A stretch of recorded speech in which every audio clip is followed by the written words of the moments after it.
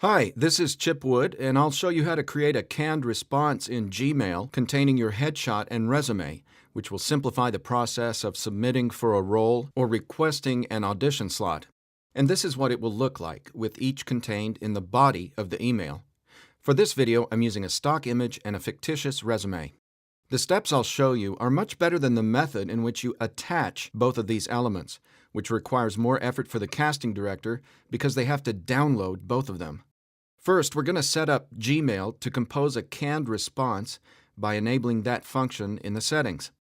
Click on the gear icon in the upper right-hand corner, and then scroll to Settings. Then in this bar up here, click Advanced, find your Canned Responses option, and click Enable, then Save Changes. Now, compose a new message. Do not complete the recipients and subject line. Hit Return twice to make room for your message. Then drag your headshot from the desktop into the email. Now open your resume, select All, and copy. You'll note that the formatting is askew here, and I'll explain why shortly. Meanwhile, go back to your email, hit Return, and paste your resume. Now, at the bottom right of the pane, you'll see this icon next to the trash icon. Click that, and these options appear. Select Canned Responses, then move to Save Draft as Template, then in the submenu, Save as New Template.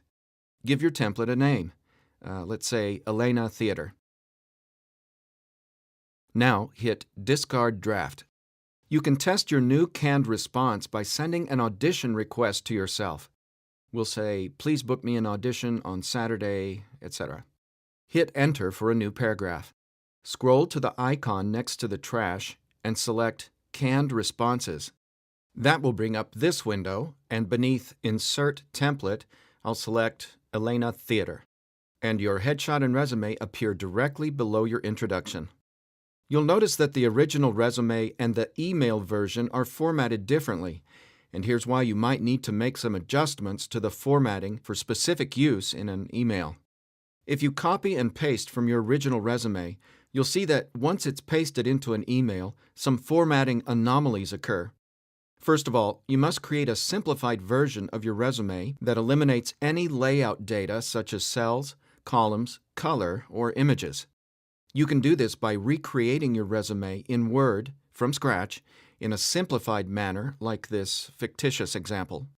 You can then look at the resume as it appears in the email, open a copy of your original file, and make adjustments as seen here to correct spacing issues. If you created your simplified resume with tabs, that will likely be all you need to use to get the spacing right. Then save a copy of this oddly spaced version as your copy and paste version of your resume. Test it by copying and pasting it into the body of an email message, and there it is. Everything is beautifully aligned. Once sent, it will look like this when the CD receives your email. Let's quickly look at the problem that occurs if your headshot file is too large to be inserted in the email, as many professional photos can exceed 3 megabytes. I'll use Mac Preview to open this image at 624 KB, scroll to Adjust Size, and if we'd like to reduce this file to around 150 KB, which would be ideal, I'll reduce the width to an arbitrary 4, which will also change the length appropriately, resulting in a new size of 194 KB, and that will be a suitable size for the email. If you find these tutorials helpful, please subscribe. Thanks for watching.